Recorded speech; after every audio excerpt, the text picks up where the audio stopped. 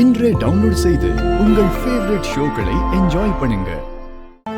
என்ன மனசுல பெரிய இவன் நினைப்பா? அத்தையே எல்லாத்துக்கும் ஒத்துக்கிட்டு ஒரு முடிவு எடுத்துட்டாங்க. கையெழுத்து போடுற நேரத்துல அவங்கள தனியா கூட்டிட்டு போய் அவங்க கிட்ட ஏதேதோ பேசி என்னென்னமோ சொல்லி கொடுத்து அவங்க முடிவே மாத்த வச்சுட்டல்ல நீ. மீனா, நிறுத்துங்க. உங்களுக்காகவும் நம்ம பிள்ளைக்காகவும் தான் நான் இவ்வளவு பாடுபடுறேன். எல்லாத்தையுமே இவ கெடுத்துட்டா. இவ சேர்மனா? நீங்க எல்லாரும் இவ சொல்றத கேட்டு வேலை செய்யணுமா? கேட்கவே அசிங்கமா இல்ல? நேத்து முளைச்ச காளானிவ இவளுக்கு கை கட்டி நீங்க வேலை செய்யணுமா?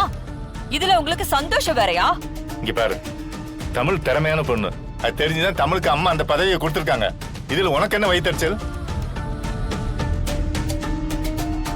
என்ன இருந்தாலும் தமிழ் உன் மருமக தானே. எப்படிதான் உங்களால இப்படி எல்லாம் பேச முடியுதோ?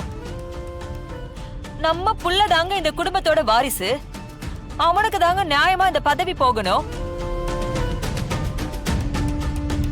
இல்லன்னா நீங்க தான் சேர்மனா இருக்கணும். இவ யாருங்க? நேத்து வந்தவ. இவளுக்கும் இந்த குடும்பத்துக்கும் என்ன சம்பந்தம்? மீனா, அவ இந்த வீட்டோட மருமக.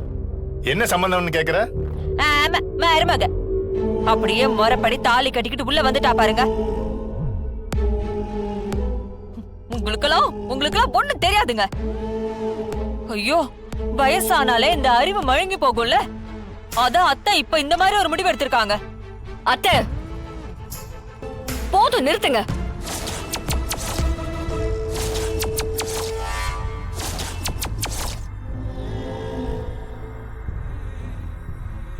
ஏய், என்ன மீனா வெதுத்து பேசுற அளவுக்கு வந்துட்டியா நீ? சித்தி, இது எனக்கும் என் அத்தைக்குமான பிரச்சனை.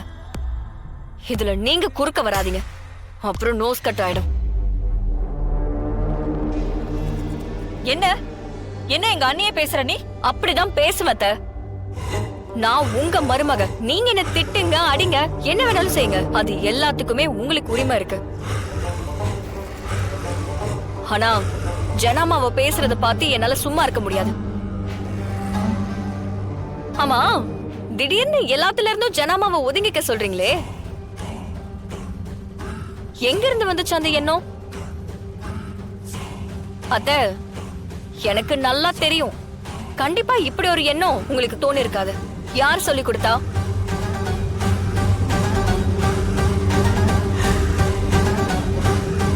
அத்த, குடும்பத்தை வழி நடத்துற வயசுல இருக்கீங்க.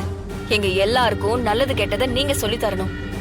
இப்படி மத்தவங்க பேச்சு கேட்டு தப்பா ஆடாதீங்க. அது உங்களுக்கும் நல்லது இல்ல, இந்த குடும்பத்துக்கும் நல்லது இல்ல. என்ன விட்டா நீ பாட்டுக்கு பேசிக்கிட்டே போற? உனக்கு என்ன அவ்வளவு திமிர ஆயிடுச்சா? திமிர் இல்ல அத்த, தன்மானம். என் ஜனாமாவோட தன்மானத்துக்கு ஏதாவது இடையூறு வந்தா நான் பார்த்துட்டு சும்மா இருக்க மாட்டேன். என்ன திட்டுங்க, என்ன வேணாலும் சொல்லுங்க, நான் எதிர்த்து பேசாம அமைதியா கேக்குறேன். ஆனா யாராச்சும் ஜனாமா பக்கம் திரும்பினீங்க, நான் மனுஷியாவே இருக்க மாட்டேன்.